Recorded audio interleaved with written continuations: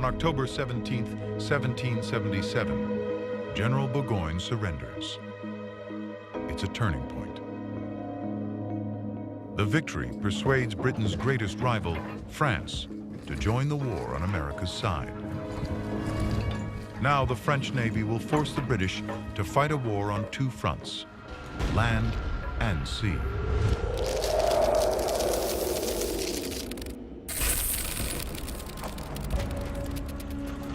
But first, Washington must face his greatest challenge as leader. He makes his winter camp in Pennsylvania, at a place called Valley Forge. In freezing temperatures, the rebels build 900 huts in just 40 days. Each houses a dozen men. He has an army of 14,000 men and no houses. And the Continental Congress has failed to provide him with resources. And by willpower, by courage, by leadership, by cajoling, he has to hold the army together in the middle of a terrible winter. Joseph Plum Martin, veteran of the Battle of New York, is at Valley Forge. It's a desolate place. We're now in a truly forlorn condition. No clothing, no provisions, and as disheartened as can be. Our prospect is indeed dreary. Right, soldier. It's gonna hurt a bit, all right? You just grit your teeth. Surgeon Albigence Waldo watches Washington's army head toward crisis. The army, which has been surprisingly healthy, now begins to grow sickly from the fatigues they have suffered from this campaign. If we don't keep this clean, we're going to be right back in here. A fifth of the soldiers have no shoes. With little clean water, dysentery spreads through the camp.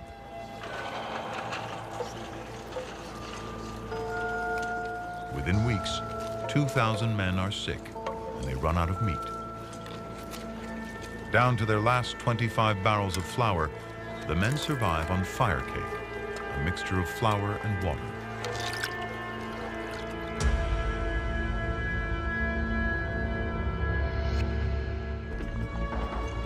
The rebel army is a melting pot. As many as 60% of recruits are convicts, freed slaves, and immigrants.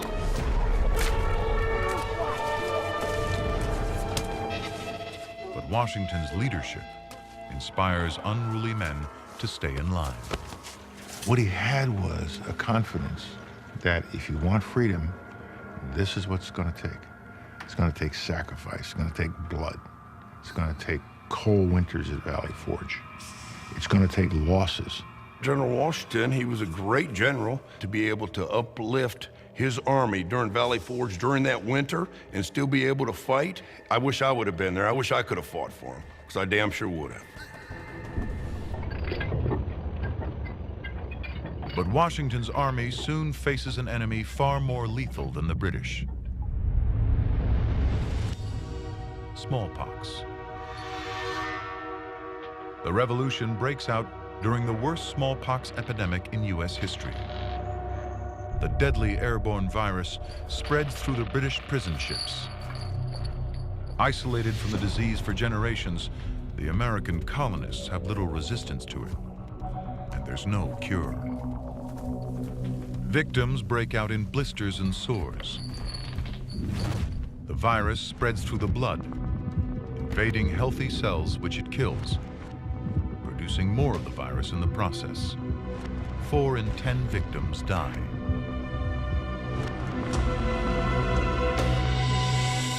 Once smallpox arrives at Valley Forge, it spreads through the cramped huts like wildfire. Washington survived smallpox as a child. Now he decides to take a gamble with one of the most daring experiments in U.S. military history. Surgeons have learned about inoculation from African slaves. They harvest pus from a smallpox victim.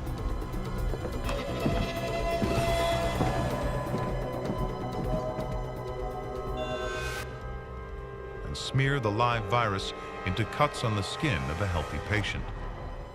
The inoculation spreads the infection, but at a slower rate. A week after exposure, the victim's white blood cells create antibodies. These attack and kill the virus that causes smallpox before the disease can spread. But it's a dangerous race against time. To survive, the patient's immune system has to work faster than the virus, or it'll run out of control. 1 in 50 of those inoculated will die.